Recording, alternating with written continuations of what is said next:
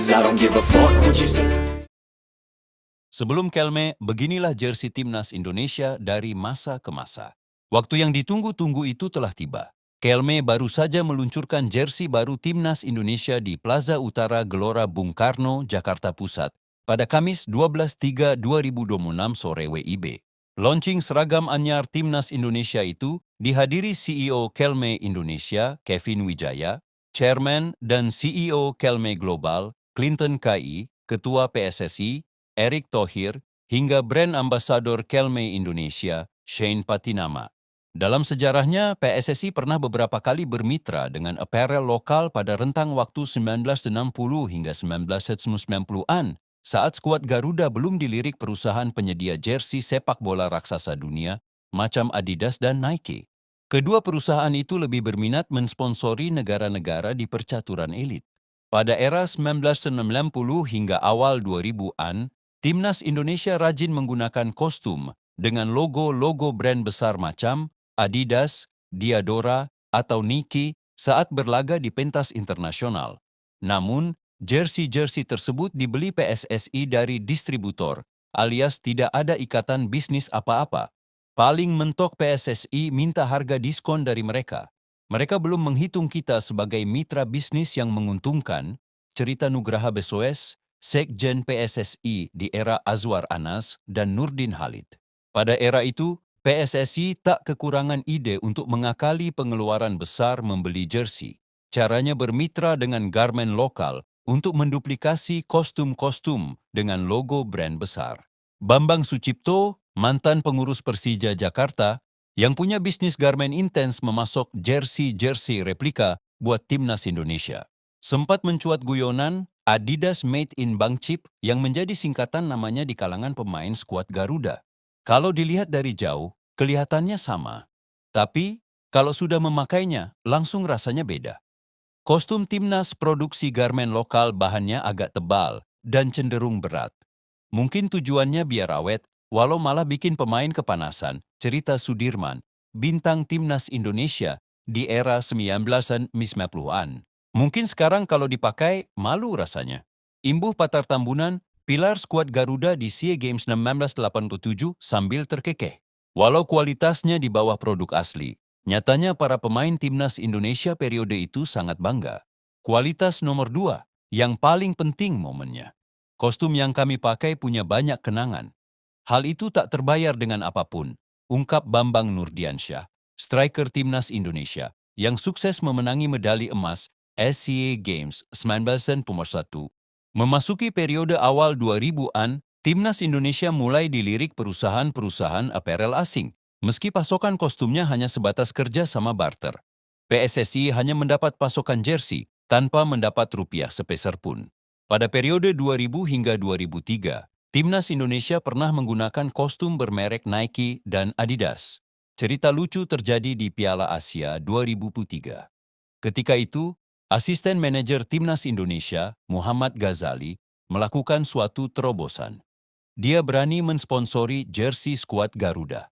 Kebetulan yang bersangkutan punya brand pakaian Ghazali Sports di Semarang. Jadilah Ponario Astaman DKK menggunakan jersey bermerek lokal Ghazali Sports pada saat berlaga di Cina. Pada awalnya, desain milik Ghazali Sports banjir kritik. Kostum timnas Indonesia dianggap kurang bagus. Ghazali sempat melontarkan kesedihannya ketika jersey milik perusahaan garmennya dicaci maki. Sedih saya, niat hati ingin menonjolkan logo Garuda di dada kostum untuk mengobarkan semangat para pemain. Malah dihujat, katanya. Ivan Kolev, yang saat itu menjadi pelatih skuad Garuda, dan para pemain timnas Indonesia tak mempersoalkan kualitas bahan jersey yang dipakai. Lumayan enak dipakai, tidak seberat jersey yang dipakai klub, kata Ponario Astaman, gelandang timnas Indonesia saat itu. Selain dipakai di Piala Asia 2004, jersey dengan brand Ghazali Sports sempat warawiri pada kualifikasi Piala Dunia 2006.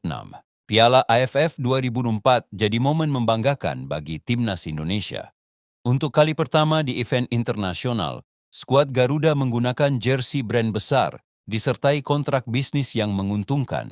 Timnas Indonesia yang saat itu dibesut Peter Withe menggunakan kostum dengan merek Adidas.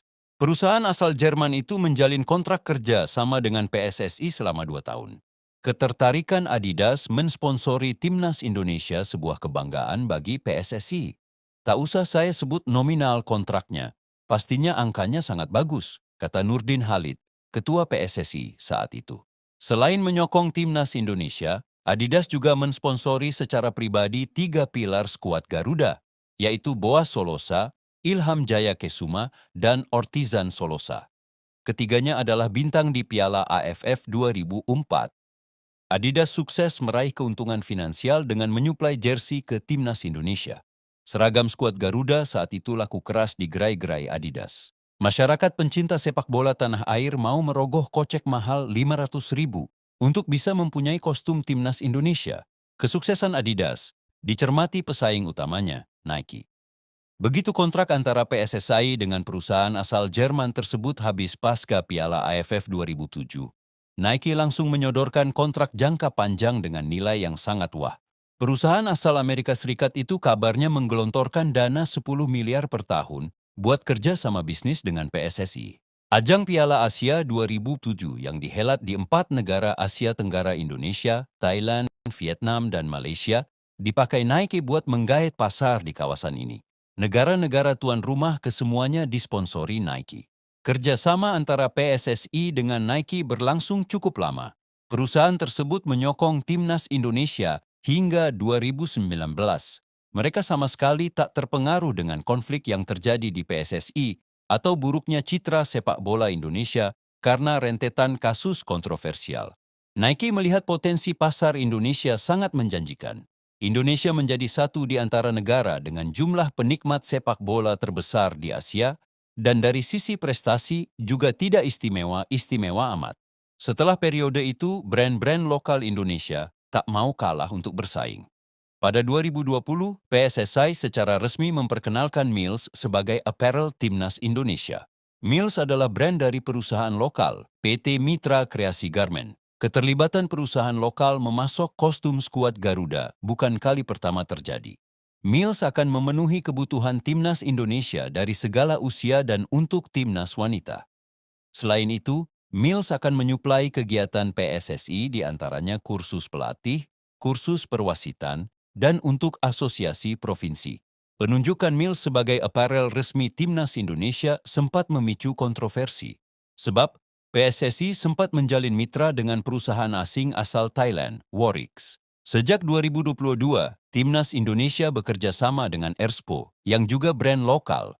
Kerjasama PSSI dengan Erspo terjalin selama 2 tahun dengan nilai kontrak senilai 16,5 miliar rupiah. Itulah sejarah panjang jersey-jersey yang pernah dipakai Timnas Indonesia. Kalau kalian pernah nostalgia dengan jersey yang mana? Tulis pengalaman kalian di kolom komentar.